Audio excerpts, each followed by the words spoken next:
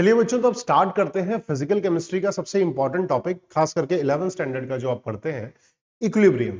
अच्छा, इक्विलिब्रियम में आप जानते हैं कि दो पार्ट्स में डिवाइडेड है, एक है आपका केमिकल इक्विलिब्रियम और एक है आयनिक इक्विलिब्रियम। तो केमिकल इक्विलिब्रियम एक आसान सा टॉपिक है, छोटा टॉपिक है। आयनिक इक्विलिब्रियम थोड़ा डरावना है, बच्चे उसके नाम से दूर भागते हैं, मतलब इवन बच्चे क्या, टीचर्स तक उसके नाम से भागते हैं। ठीक है, पर अभी हम क्या कर रहे हैं, अभी हम केमिकल इक्विलिब्रियम के पीवाईक्यूज डिस्कस कर रहे हैं। ठीक है, तो चलिए शुरू करते हैं। तो अब जैसे यहां पर हमने देखा कि यहां पर एक आपको रिएक्शन दी गई है, बड़ा क्लासिक सा सवाल है बच्चों ये। एक रिएक्शन दी गई है, उसका इक्विलिब्रियम कांस्टेंट K1 है, और दूसरी रिएक्शन दी गई है, उसका इक्विलिब्रियम कांस्टेंट K2 है। तो आपको जस्ट ये बताना है कि K1 और K2 में क्या रिलेशन है।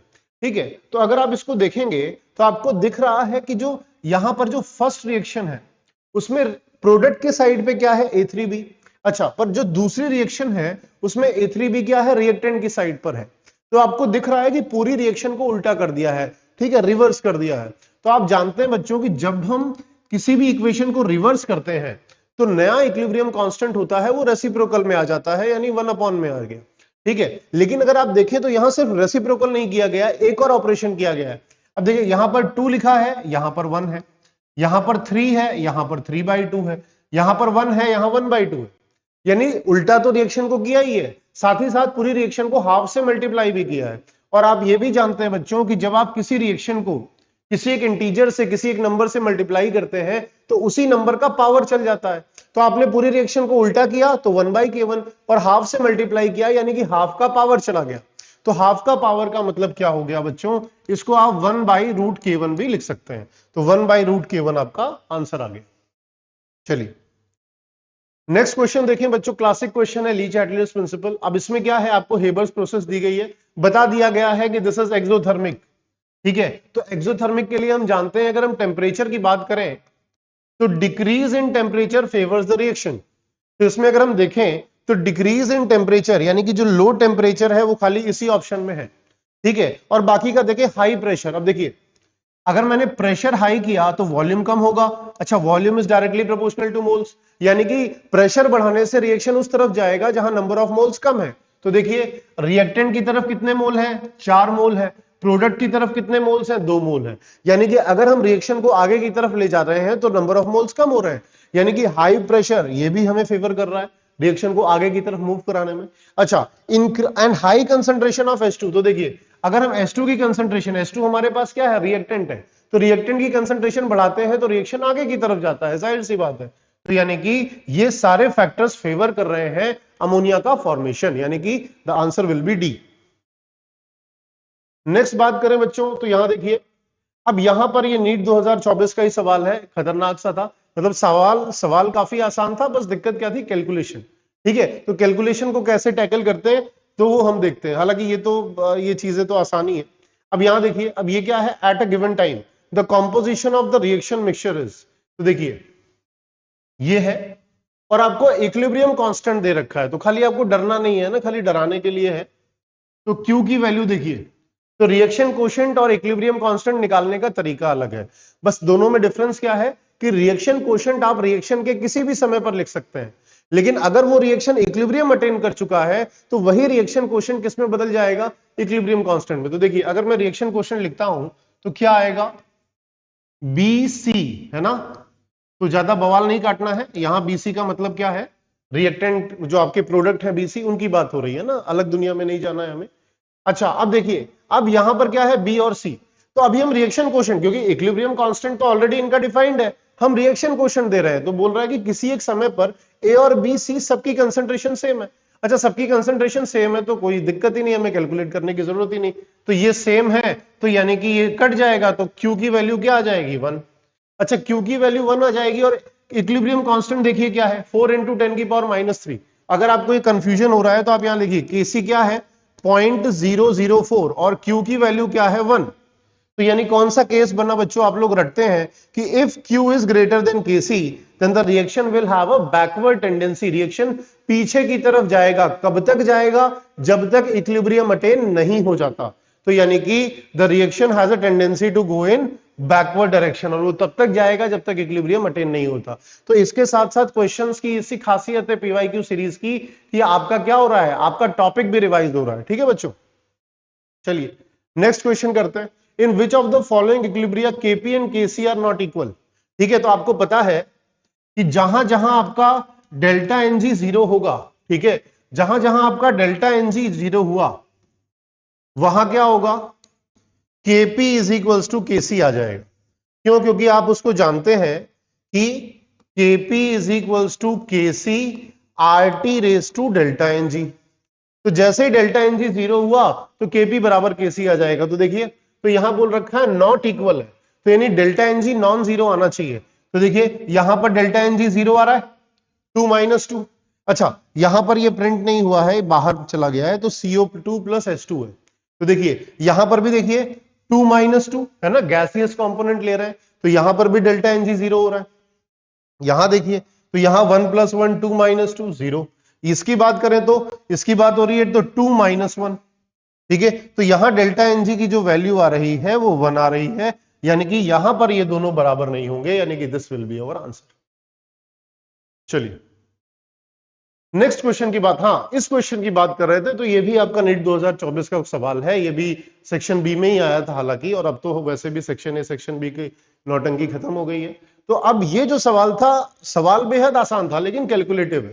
तो देखो वही सारी बात है कि भाई अगर सवाल आसान होगा तो कैलकुलेटिव होगा, सवाल कठिन होगा तो कैलकुलेशन आसान होगी, तो कॉन्सेप्ट्स की लेयरिंग हो जाएगी, कॉन्सेप्ट्स की क्लबिंग हो जाएगी। ठीक है बच्चों, अब देखिए, तो अब यहां पर देखिए, अब यहां पर इन्होंने क्या किया है, N2O2, ठीक है, इन सब की कंसंट्रेशन इन्होंने दे रखी है इक्विलिब्रियम पर ही, और NO की भी कंसंट्रेशन दे रखी है।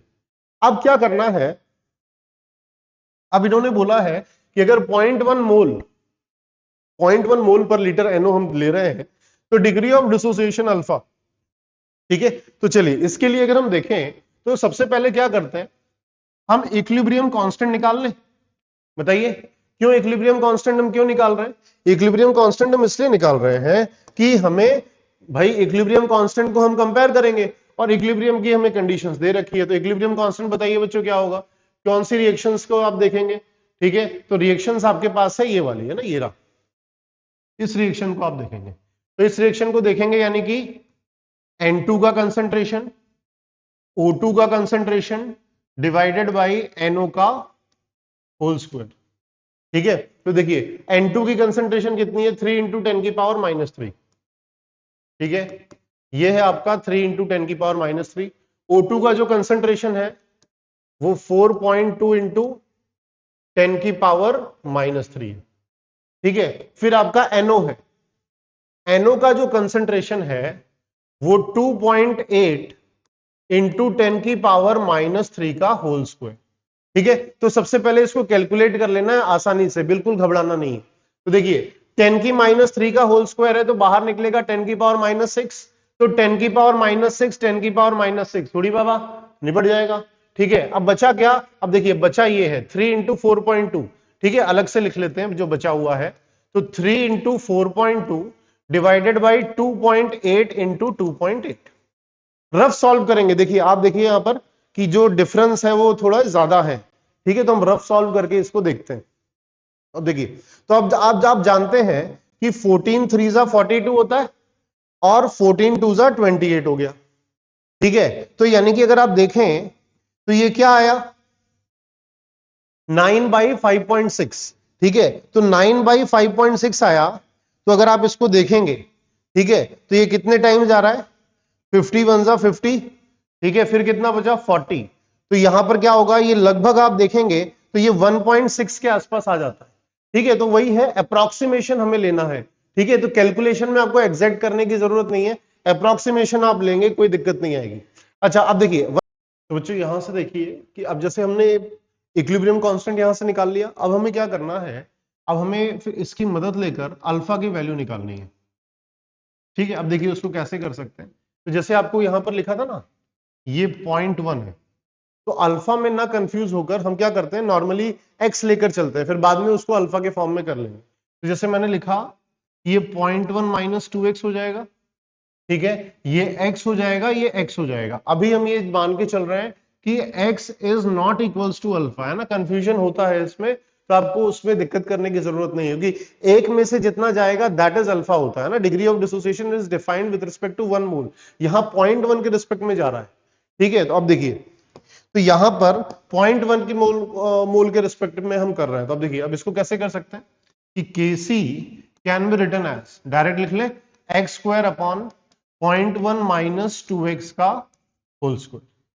ठीक है, तो अब जैसे यहां पर देखें तो ये कितना हो गया 1.6, तो 1.6 upon x square upon 0.1 minus 2x का होल स्क्वायर है। तो आपको दिख रहा है, अब इसमें परफेक्ट स्क्वायर ले सकते हैं, हालांकि इसका 1.6 बन रहा है, परफेक्ट स्क्वायर बन नहीं रहा, पर परफेक्ट स्क्वायर ले लेंगे यानी कि दोनों साइड हम रूट ले लेंगे तो हमारी कैलकुलेशन काफी आसान हो जाएगी। तो देखिए आप क्या कर सकते हैं, अच्छा रूट ओवर 1.6, तो रूट 1 का तो 1 होता है, आप चाहें तो इसको रफली 1.2 ले लें ना, तो एक रफ फिगर हमने ले लिया है 1.2 मान लेते हैं। तो 1.2 is equals to x upon 0.1 minus 2x, है ना। ठीक है, अब इसको हम करते हैं, तो देखिए ये क्या हो जाएगा 1.2 into 0.1 minus 2x is equals to x, तो ये क्या हो जाएगा, ये हो जाएगा 0.12, ठीक है, minus 1.2 into 2 that is 2.4x is equals to x। तो यानी कि इसको हम देखेंगे तो 0.12 कैन बी रिटन एज 2.4 इधर आ जाएगा, it will be near about 3.4x। ठीक है, तो यानी कि x की जो वैल्यू आ गई वो आ गई 0.12 अपॉन 3.4। ठीक है लेकिन आप जानते हैं कि हमें x नहीं पूछा है, हमें अल्फा पूछा है। अल्फा क्या है, अल्फा की वैल्यू होती है मोल्स डिसोशिएटेड, ठीक है, अपॉन इनिशियल मोल्स। ठीक है, ये इसकी वैल्यू होती है। अच्छा, तो यानी कि यहां पर हम अल्फा की वैल्यू इस तरह से लिख सकते हैं मोल्स डिसोशिएटेड। तो देखिए कितने मोल डिसोशिएट हो रहे हैं 2x। ठीक है, तो 2x की वैल्यू, तो x की वैल्यू हमारे पास कितनी है, इतनी, तो इसको मैं 2x लिख दूं यानी कि 0.12 इंटू 2। ठीक है, तो 2 इंटू 0.12 डिवाइडेड बाई 3.4। ठीक है, तो moles dissociated upon initial moles, initial moles कितने हैं 0.1। बोलिए ठीक बात है, तो ये चीज है। तो अब यहां पर भी हम रफ कैलकुलेशन कर सकते हैं कि ये 0.1 से हम 0.12 लगभग इसको काट देंगे। ठीक है, तो ये 2 अपॉन 1.3.4 जो है, तो ये लगभग क्या बन जाएगा, ये 1 अपॉन 1.7। ठीक है, तो 1.7, तो 1.7 डिवाइडेड बाई 1। ठीक है, तो पॉइंट लगाया। ठीक है, तो 1 अपॉन 1.7, तो यानी कि पॉइंट हटा के हम 10 लगाते हैं तो 17। ठीक है, तो 17। ठीक है, तो कितना होगा 17 सिक्सा यानी 0.6, तो 60% के आसपास वाला आंसर होगा। तो अब देखिए आपके पास, तो अब हमने क्या किया, कैलकुलेट किया। अब देखिए ये तो ऐसे ही डिस्क्वालीफाई हो रहा है क्योंकि हमारा आंसर 0.6 के आसपास हो रहा है, ये भी थोड़ा सा दूर है, ये भी डिस्क्वालीफाई हो रहा है। तो 0.6 के जो सबसे करीब आंसर कौन सा बैठ रहा है, ये बैठ। तो बच्चों अब क्या है कि कुछ क्वेश्चंस ऐसे होते हैं जो, वैसे भी ये सेक्शन बी में था तो ये लेंथी क्वेश्चन था। तो होता क्या है कि ऐसे क्वेश्चंस क्या होते हैं कि पता चला आपने, कभी कभी क्या होता है कि हमने कुछ क्वेश्चन किए, जैसे इस क्वेश्चन को पढ़कर ऐसा लग रहा था कि यार ये बहुत आसान क्वेश्चन है, मैं इसको निपटा लूंगा, लेकिन होता क्या है इस क्वेश्चन में हम फंस सकते हैं कि हम कैलकुलेशन में ही फंस गए। तो ऐसे क्वेश्चंस क्या करते हैं कि आपका पूरा का पूरा पेपर बिगाड़ सकते हैं। तो ऐसे क्वेश्चंस के लिए स्ट्रैटेजी क्या है कि जैसे ही आपको ऐसा लगे कि नहीं यार इन ये क्वेश्चन को मैं कर तो सकता हूं लेकिन इसमें कोई कैलकुलेशन बहुत ज्यादा है, तो इनको क्या करना है, हाथ जोड़कर प्रणाम करना है कि भैया हम दोबारा मिलेंगे। ठीक है, तो अब यानी कि पूरा पेपर आप पहले अटेम्प्ट करिए और दोबारा आपके पास जब समय बचता है तब इन पर आइए, क्योंकि ऐसे क्वेश्चंस को अगर आपने छेड़ दिया तो फिर छेड़ने के बाद तो क्या होता है आप सब जानते हैं, क्योंकि फिर क्या होता है फिर अपन ईगो पे ले लेते हैं कि यार ये कैसे नहीं होगा, इसको करके दिखाएंगे। तो ऐसे कुछ क्वेश्चंस होते हैं जिनको आपको छोड़ना आना चाहिए कि कौन से क्वेश्चंस अभी हमें करने हैं, यही हमें सीखना होता है, यही एक्सपर्टीज हमें चाहिए होती है कि कौन से क्वेश्चंस करने हैं। तो आप इन सारे क्वेश्चंस को, जो लेंथी क्वेश्चंस है जिनको आपको लग रहा है कि यार इसमें कैलकुलेशन बहुत ज्यादा है, इसको आखिरी के लिए रखिए, क्योंकि क्या पता ऐसे क्वेश्चन के करने के चक्कर में ऐसा ना हो कोई ऐसा क्वेश्चन छूट जाए जिसमें खाली देख के टिक करना था। ठीक है, चलिए फिर आगे बढ़ते हैं। नेक्स्ट अगर बात करें तो ये तो हमने कर लिया। अब देखिए फिर से वही चीज आ गई। अब यहां पर क्या है कि अब आपको देखिए ये चीज दे रखी है, तो इसमें आपको दे रखा है केपी की वैल्यू दे रखी है, केपी की वैल्यू 3 है, केसी की वैल्यू आपको पूछ रखी है। तो आप जानते हैं कि Kp इज KcRT की पावर डेल्टा Ng। अच्छा डेल्टा Ng देखिए, सॉलिड को हम कंसीडर नहीं करेंगे तो ये कितना हो गया 2 - 1, यानी डेल्टा Ng इज 1, यानी कि Kp is equals to KcRT। अच्छा आर की वैल्यू इन्होंने 0.0821 दे रखा है, पर 0.0821 देखते ही आप लोगों के क्या होता है, खून की उल्टियां शुरू हो जाती हैं। तो 0.0821 लिखने के बजाय हमें क्या लिखना है 1/12, ठीक है। तो और दूसरा टेम्परेचर हमेशा हम किस में लिखते हैं, केल्विन में रखते हैं। तो टेम्परेचर कितना है 1000।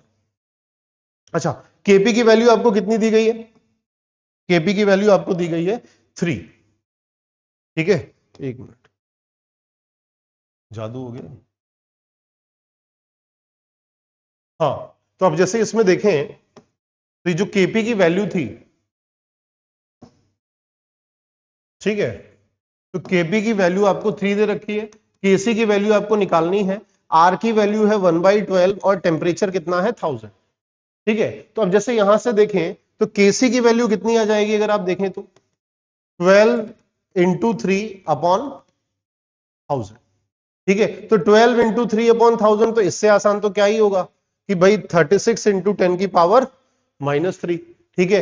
या फिर आप देखिए तो 36 तो आपको मिल नहीं रहा, आपको दिख रहा है 10 × 10, तो देखिए अब यहां पर हम 10 डिवाइड बाई 10 करें, ठीक है। अब देखिए ये सारी चीजें आपको ध्यान रखनी है कि जल्दबाजी के चक्कर में गलत नहीं कर देना है। तो देखिए अब यहां से बाई 10 करेंगे तो क्या हो जाएगा, ये 3.6 हो जाएगा और इंटू 10⁻², तो यानी कि बहुत ही आसान कैलकुलेशन। चलिए नेक्स्ट में अगर देखें तो ये वाला सवाल आ गया। अच्छा अब इस सवाल की बात करें तो ये रहा कि अब आपको क्या दे रखा है कि केसी की बात कर रहा है, ठीक है। If the concentration of O2 at equilibrium is this, then the concentration of O3 in molars. तो देखिए अब यहां पर देखिए पावर्स में बहुत ज्यादा अंतर है, तो पहले हमें हमेशा जैसा कि मैं कहता हूं ऑप्शंस पर पैनी नजर रखनी है। तो अगर ऑप्शंस में पावर्स में अंतर है तब तो हम बहुत आराम से हमारा अप्रोक्सीमेशन चल सकता है, ठीक है। तो हम अप्रोक्सीमेशन बढ़िया से करेंगे। केसी की वैल्यू उन्होंने दे रखी है, तो केसी में यहां लिख रहा हूं 3 × 10⁻⁻59, ठीक है, इज इक्वल्स टू O3 का whole square divided by O2 का होल क्यूब, ठीक है। अब देखिए अब यहां पर क्या है, अब यहां पर इन्होंने O2 की कंसंट्रेशन दे रखी है 0.04 और O3 की आपको बतानी है, तो O3 का होल स्क्वायर और O2 का कितना है 0.04। अच्छा 0.04 यानी 4 × 10⁻², तो 4 × 10⁻² का होल क्यूब है, तो 4 का क्यूब होगा 64 और ये हो जाएगा 10⁻⁻6। अच्छा अब यहां पर हम देखें तो O3 की जो कंसंट्रेशन आ रही है O3 square comes out to be 3 × 10⁻⁻59 into 64 × 10⁻⁻6, ठीक है। तो यहां पर क्या है -6, ठीक है। तो अब देखिए अब ये क्या हो जाएगा 3 × 64, तो यानी कि 3 4 12, 3 6 18, ठीक है, 18 to 20, ठीक है, तो 202 के आसपास। और यहां पर देखिए इंटू 10 की पावर माइनस का 59 माइनस का 6, ठीक है, तो -59 और -6 कितना होता है बच्चों, -65, ठीक है। अच्छा अब क्योंकि ये ऑड नंबर आ रहा है, अब दिख रहा है हमें यहां पर स्क्वायर है, तो अंडर रूट लेने के लिए क्या करना पड़ेगा, हमें एक इवन नंबर बनाना पड़ेगा उसका इंडेक्स का। तो इवन नंबर बनाने के लिए 10 से, जैसे हम करते हैं देसी तरीका, 10 से मल्टीप्लाई डिवाइड। अच्छा देखिए मैं इसको डायरेक्ट भी लिख सकता हूं, लेकिन ये यही छोटी छोटी टेक्निक्स है जो आपको सीखनी है, ठीक है। इंटू 10 और मल्टी डिवाइड बाई 10 करें, तो डिवाइड बाई 10 किया तो ये 20.2 आ गया, और ये किया तो 10 की पावर -64। तो देखिए रूट, तो अब यहां पर इसका क्या निकलेगा, इसका रूट नहीं लेना पड़ेगा ना हमें, तभी तो O3 की कंसंट्रेशन आएगी। तो देखिए 16 का रूट क्या होता है, 16 का रूट होता है 4 और 25 का रूट होता है 5, यानी कि जो आंसर आएगा वो 4 से 5 के बीच में आएगा। अच्छा ये वाला तो सिंपल है, 10 की पावर -34, तो ये क्या हो जाएगा -32 हो जाएगा, और ये 4 पॉइंट समथिंग होगा, 4.3 या जो भी आ रहा है। तो देखिए एक ही ऑप्शन ऐसा मैच कर रहा है, तो 10 की पावर -32 का एक ही ऑप्शन था, तो हमारे लिए चीजें बहुत आसान थी। 99.99% चीजों में ऐसा ही रहेगा, ऑप्शंस पर आपको पैनी नजर रखनी है।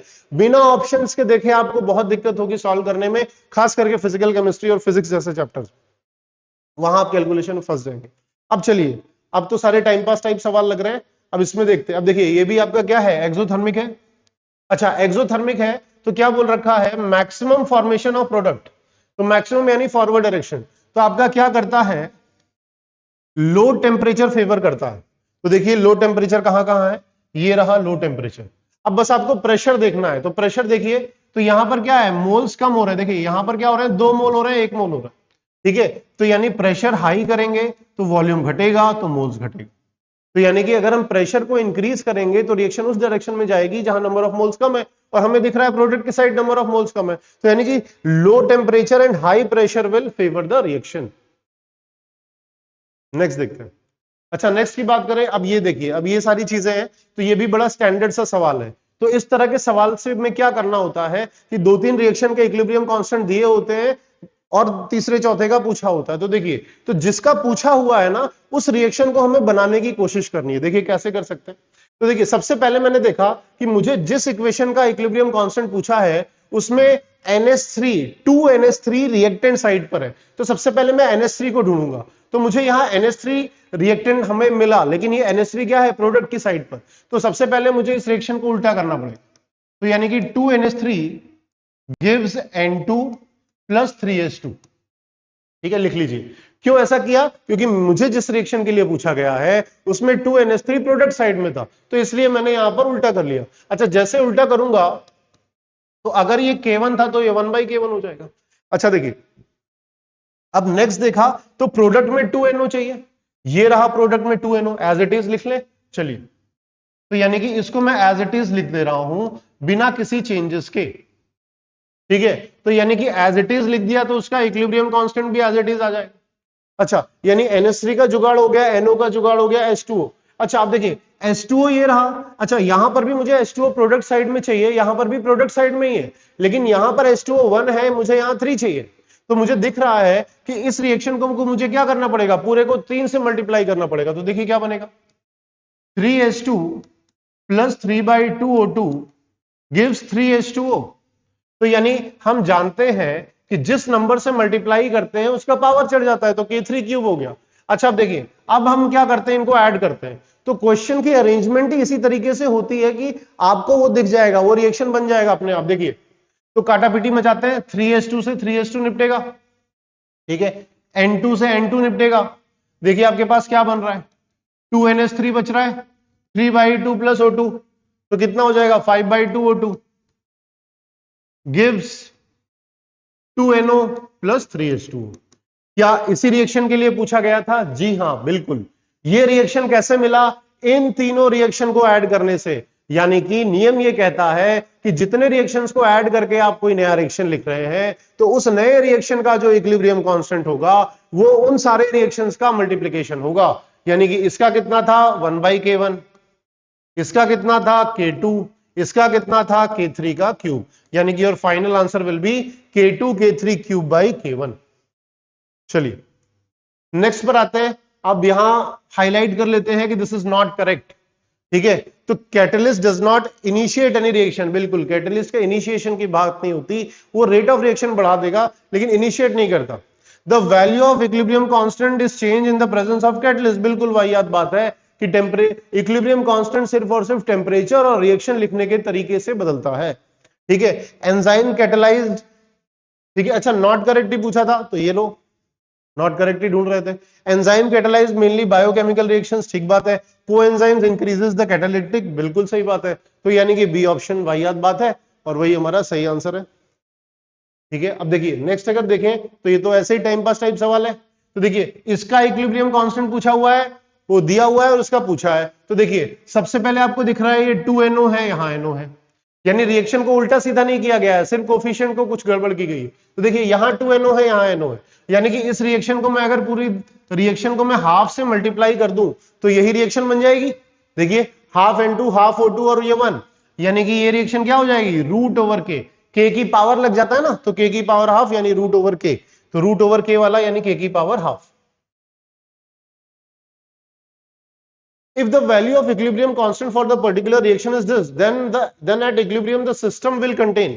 तो देखिए होता क्या है कि जब भी इक्विलिब्रियम कांस्टेंट की वैल्यू 10 क्यूब से ज्यादा रहती है तो क्योंकि हम जानते हैं कि equilibrium constant is directly proportional to concentration of product.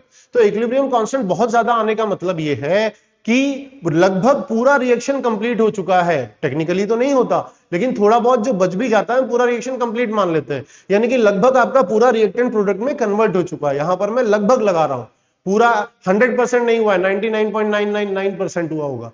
ठीक है, तो यानी इस कंडीशन में ज्यादातर हमारे पास क्या रहेगा, रिएक्टेंट सिर्फ नाम मात्र का रहेगा और खूब सारा प्रोडक्ट मिलेगा, यानी कि the reaction will mostly consist of products, यानी मोस्टली प्रोडक्ट। और यही 10⁻³ से कम हो जाता तो ज्यादातर हमारे पास रिएक्टेंट मिलता। नेक्स्ट बात करते हैं, नेक्स्ट है for the reversible reaction the equilibrium shifts in forward direction. तो बच्चों ध्यान रखिए, आप देख भी पा रहे हैं तो आपको यह भी देखना है कि ली चैटलियर्स प्रिंसिपल का कितना ज्यादा इंपॉर्टेंस है और ये कितना ही सरल ये है टॉपिक, ली चैटलियर्स कॉन्सेप्ट जो है। ठीक है, अब फॉरवर्ड डायरेक्शन में जाना है। ठीक है, अच्छा प्लस हीट है, तो प्लस हीट से का मतलब ये नहीं है कि एंडोथर्मिक है। प्लस हीट का मतलब अमोनिया मिल रहा है और उसके साथ इतनी हीट भी मिल रही है, यानी कि this is a exothermic reaction. तो एक्सोथर्मिक रिएक्शन को क्या करते हैं, decrease in temperature favours the reaction. तो डिक्रीज इन टेम्परेचर, तो देखिए डिक्रीज इन टेम्परेचर कहीं पे ऑप्शन है क्या, तो डिक्रीजिंग टेम्परेचर एक यहां पर ऑप्शन है। अच्छा इंक्रीजिंग प्रेशर, ये तो रट गया होगा, प्रेशर इंक्रीज करेंगे वॉल्यूम डिक्रीज होगा, वॉल्यूम डिक्रीज होगा यानी रिएक्शन उस तरफ जाएगी जहां जाने से नंबर ऑफ मोल्स कम हो रहे होंगे। ठीक है, तो ये रहा, तो नंबर ऑफ मोल्स कम हो रहे हैं यानी कि ये भी सही बात है। ठीक है, by increasing the concentration of, तो यानी कि डी ऑप्शन आपका सही है। नेक्स्ट अगर बात करें बच्चों, तो नेक्स्ट में क्या है, for a given exothermic reaction KP and KP dash. ठीक है, अब देखिए, अब यहां पर देखिए हम यहां पर लिख रहे हैं, मैंने लिखा केपी, ये लिखा केपी डैश। अच्छा अब ये जो है केपी जो है वो T1 टेम्परेचर पर है और केपी डैश जो है वो T2 टेम्परेचर पर है, और ये आपको बता दिया गया है कि T2 is greater then T1। अच्छा ये चीज और आपको बता दी गई है कि द रिएक्शन इज एक्सोथर्मिक। तो ये आप बहुत अच्छे से जानते हैं कि for exothermic reactions, exothermic reactions के लिए क्या होता है बच्चों, जब हम टेम्परेचर को बढ़ाते हैं तो इक्विलिब्रियम कांस्टेंट घटता है। तो देखिए यानी कि KP dash is equilibrium constant at higher temperature. तो अगर एक्सोथर्मिक रिएक्शन है और हम टेम्परेचर को बढ़ा रहे हैं यानी कि इक्विलिब्रियम कांस्टेंट मस्ट डिक्रीज, यानी कि KP dash must be lesser than KP, और we can say that KP should be greater than KP dash. तो बच्चों ये आपके 2014 तक के पीवाईक्यू से केमिकल इक्विलिब्रियम के आप देख सकते हैं कितनी आसान चीजें आ रही हैं। तो बस आपको अभी तक आपने जो चीज पढ़ी है उसको आपको वापस से अच्छे से रिवाइज करने की जरूरत है। ठीक है बच्चों, चलिए थैंक यू।